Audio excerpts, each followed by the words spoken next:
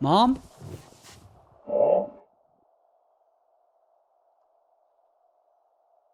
Hello? What the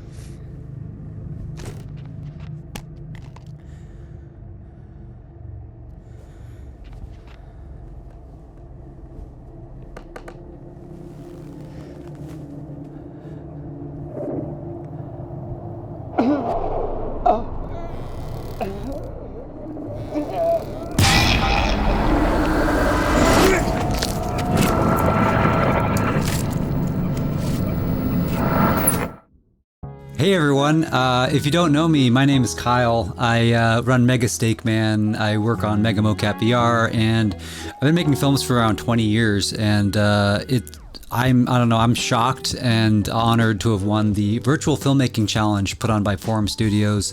Thank you to David, thank you to all the judges. It was a big surprise because I was watching the whole presentation and I was like, oh, I'm not in the top 10, like, I guess I didn't make it. I was just stunned. I knew my concept was good, like I find that premise intriguing, but I feel like I didn't hit a lot of the polish and quality that the other pieces did. So, well, I'm glad that it resonated with people, and actually I want to turn that short into a longer piece sometime down the line because this kind of renewed my interest in that piece and also in filmmaking in general. So yeah, thank you to everyone involved with the contest. It's really inspiring to see everyone's work. So this project is actually a script I've probably had for around 5 or 6 years, and I've been wanting my friend to act in it, but unfortunately they were busy, and I was actually leaving for a trip on the Ocean X Explorer. So I had a really tight timeline, so I figured, hey, I'm just going to act in this thing myself. I'm going to learn 5.6's new metahuman stuff. I'm going to be putting down the cameras and lights, and I did it in a weekend, which is how I typically make films these days. So here we are inside of 5.6, this is the new metahuman creator, and I started off basically making the character with blends, trying to get as close as possible, but then I exported out that mesh, which is triangulated, into Blender, and then I kind of conformed that onto the metahuman topology, which is quads. You have to get that from Fab, and then this is kind of what that looks like here. So let me see. Yeah, so you can see we've got quad topology because it's going to expect that back in here when you re-import the mesh. But yeah, let's actually take a look at the character inside of the cutscene. The way I work when I have to work fast is typically everything is inside of one big timeline, and we're just using a bunch of different cameras. You can see here, let me just see if I can fold them all down. Oh, there's a light in here. Ignore that. That's not supposed to be in there. But yeah, you can see these are all of our cameras inside of a folder. So if you don't know, Shift-C is one of the most important shortcuts when you're working in cutscenes because it allows you to kind of jump in and out of your kind of camera cuts track here. But yeah, I'll just kind of play. So you can see the timing is fairly similar to what's actually in the short. I have a little bit more heads and tails on shots, and I trimmed that up in Premiere. But yeah, we're just going to jump out of the camera here. You can see these are all the little cameras, and why they look different is I actually made my own custom cinema camera class. And the reason why I did that is they have a different kind of camera backing, and it's kind of convenient in the sense that you can actually just change one and all your cameras update. So yeah, this is my custom cinema camera class. I think it's included in Mega Mocap VR, but it's got like its own different camera mesh. There's this functionality for look at and focus, so you can basically just say, hey, look at this one thing. Now this is actually functionality that already exists in the Cinema Camera Actor. So what's cool about the Cine Camera, and I'll just actually show you it on here, if we go to focus, we have a focus method tracking. You can actually track an individual actor, and I'm using a target here that's attached to the character eyeball. You can see that here, and that's super convenient, so you don't have to like manually adjust the focus plane.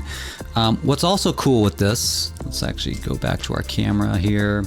You have an offset, so if you need to like do some kind of rack focus or whatever, you can do that.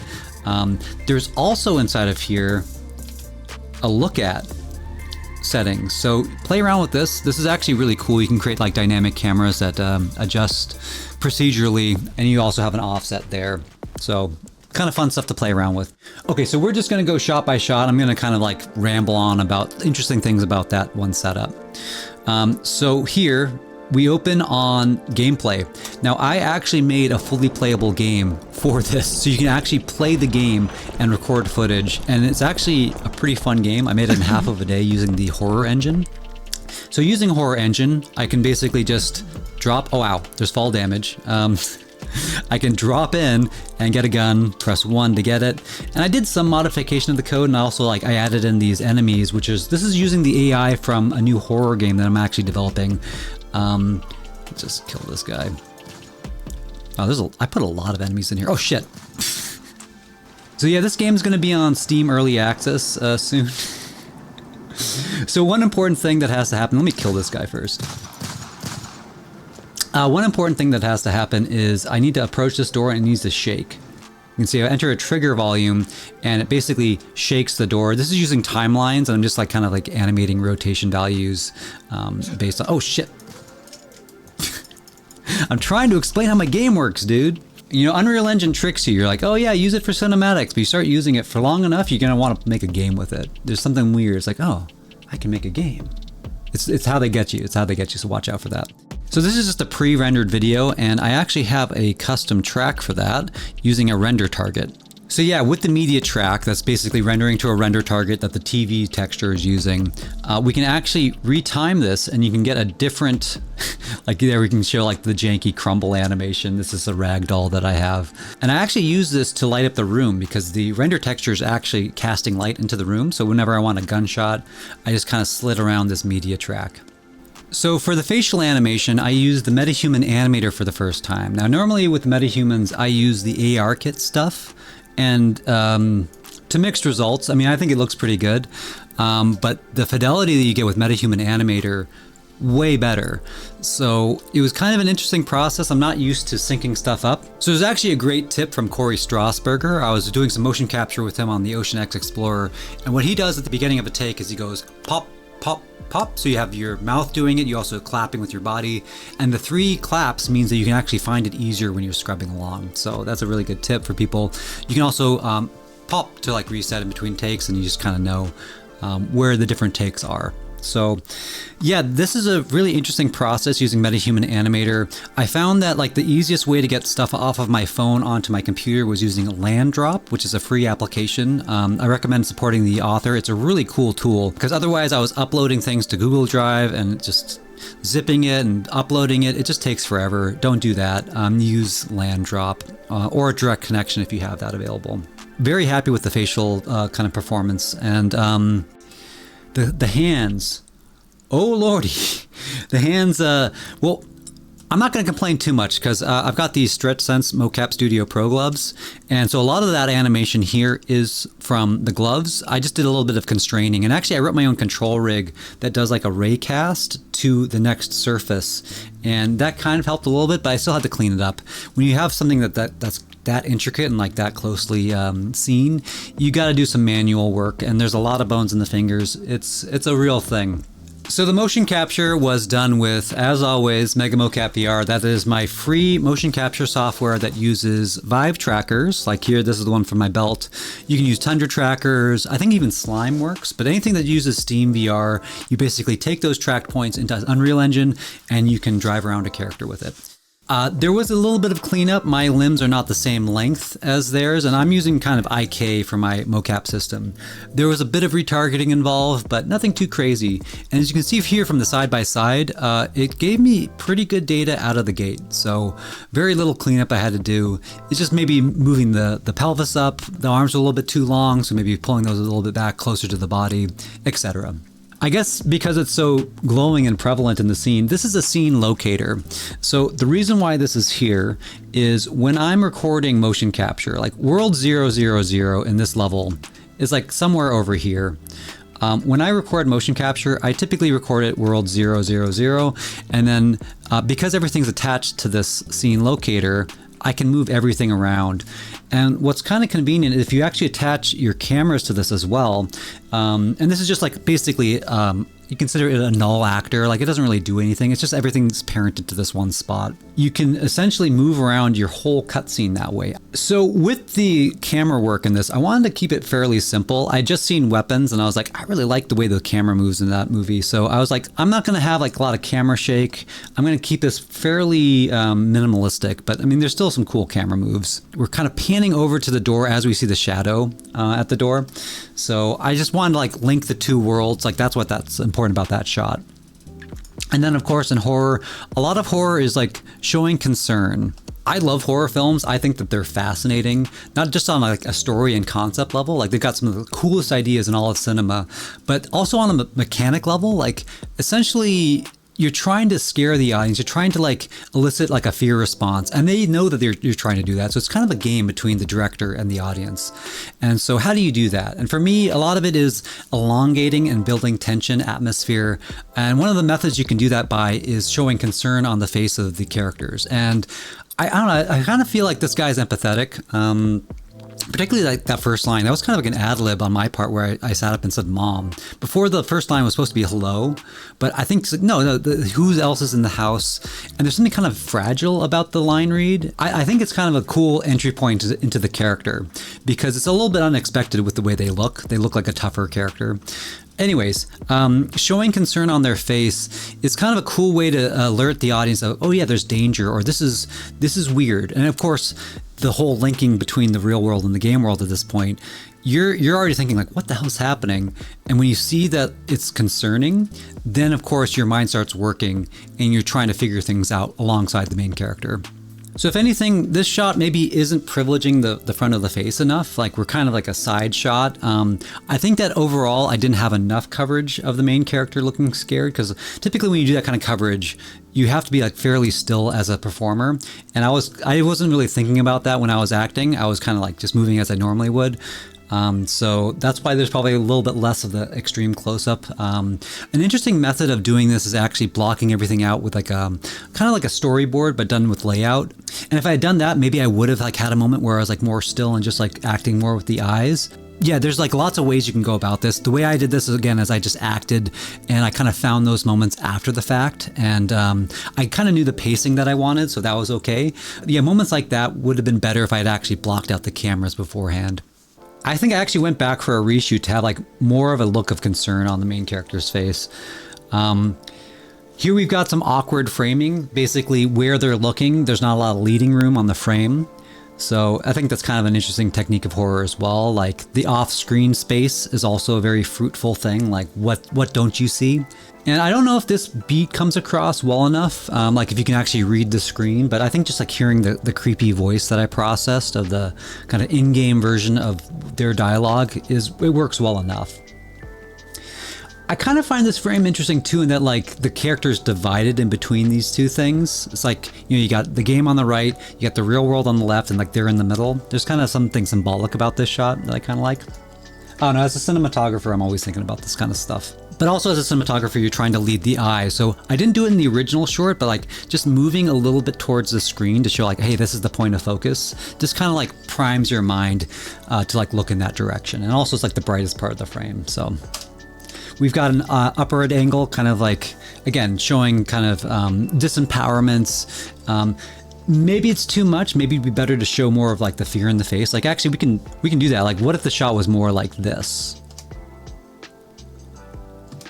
It still works, and it actually, yeah, it's kind of nice, like puts us more alongside them. But I kind of went for a higher angle just to kind of show, and it's also like something a little bit tilted about this, even though it's not quite a Dutch tilt. Something feels off about this shot. The character's thrown off balance, and I think it's kind of a nice reflection of that. For the controller falling, I actually did a simulation of that, and it's just like recorded using Take Recorder, the controller falling from that distance, and that was really nice because then I didn't have to animate it, because I would not have animated it nearly as well as the actual physics.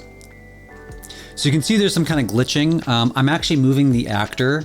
Now you wouldn't get this if you actually used sub-scenes instead of like using one big sequence like this, but I knew that I wasn't going to use the full tail of that shot, so I figured, hey, it's okay. We'll just like scoot the actor into position, because you're constantly moving things around. Like you can cheat stuff. I think I moved the couch at one point. You can move the TV. Like some of these things can like be cheated and you wouldn't know. Like you can move in like a large distance, as long as like roughly spatially it makes sense. You can do a lot. Just whatever framing works best for your short. I love the way these feet look underneath the door, even though the main character, like you can see, they're nowhere close to like that distance from the door, but there's something kind of nice about having like both those things in frame here. And just in case you were wondering, this is what was behind the door. I entered play mode, that happened, and it legit scared me, so you're welcome. But yeah, I love this shot. We're also tracking with the character. We're basically over their shoulder. We're with them at this point. It's almost like a POV thing in a sense. I love this shot. I have no idea how I animated this camera. It's perfect. No notes. Let's jump out of here to take a look at the lighting. So for this, I actually have a few lights that are just basically emulating what that bounce light would be doing. So you can see it's very soft when they get close to the ground here. Just kind of a cool look. And then of course, you got to have a POV of what they're looking at. It's a horror film. You want to put the audience in the shoes of the protagonist as much as possible. So here, showing danger, showing a change, like the character in the game is getting attacked, which is of course foreshadowing what happens later. The controller is vibrating and moving on the couch. Just again, trying to like elongate these moments, like stretch the tension out as much as we can. And to animate this, I just literally slid it and put a sound effect and it works perfectly. Now this guy, holy crap. What a cool look, right? How did I do this? I don't know. Okay, I can break it down a little bit. So because I'm working on a horror game right now, I have a lot of post-processing materials that I'm looking at, and a lot of them use stencils. So I found that like normal with a stencil, I think it's like 0 to 255 is like the values like that you can have for a stencil, and I forget what the setting is, but like if you overcrank things, things become overdriven like this in a really cool way. So here on the actual character, we've got a custom depth stencil, and if we open up the post-processing, which is actually my Lookifier plugin, which you can get on GitHub for free. If we just go to the materials, we've got this stencil setup. Let's take a look at what it's doing inside of here. So yeah, I've got like this cool texture that I made using Substance Designer, doing spherical mapping, which is really cool. I love spherical mapping. All my homies love spherical mapping. But this, there's something in the stencil depth here that's like causing some craziness. So if we turn off my stencil, you can see this is how the monster looks without that effect, which is still cool, but I kind of want it to be a little bit more electronic and glitchy. Sometimes you don't understand things and you get lucky, and that's been my career. So there you go. You can see that actually the blood splatter on the TV, that was a post effect in After Effects, but the plate is all done inside of Engine. And you can see that we actually have a scene actually playing out behind. I just rotated the character using the same attack animation that's from the game. But it's so cool that you can see that actually reflected inside the TV. I gotta say, I love those kinds of rendering features of Unreal Engine. It's super cool that reflections actually work the way real world reflections would work. So yeah, that was a look at in-game. Thank you so much for watching. Also, thank you to Forum Studios. I wouldn't have done this if it wasn't for the Virtual Filmmaking Challenge. Thank you so much to the judges for your kind words. It really lifted my spirits. And yeah, I'm excited to turn this into a longer piece. So if anyone watching has any suggestions for like where the story could go, I'd love to hear it. Basically, we have kind of a Chekhov's door situation, like the door's got to open. And actually that's how the original short film ended. It was like they open the door and all of a sudden they're in the game world. But no, there's like so many other ways this concept could go. So I'd love to hear your thoughts in the comments. So I hope you found this informative and fun and maybe a little bit inspirational. Now, I know that you also have that script you wrote 5 to 6 years ago, or something like that. You have an idea that you just haven't really brought to life yet, and it would be a shame if you actually didn't bring that into the world. So I'd say, I know it's tough. It's really hard with people's schedules, and like life is busier than ever nowadays, but yeah, I don't think you'll regret trying to make that thing happen. So I wish you the best of luck with it, and until next time, take care, everyone.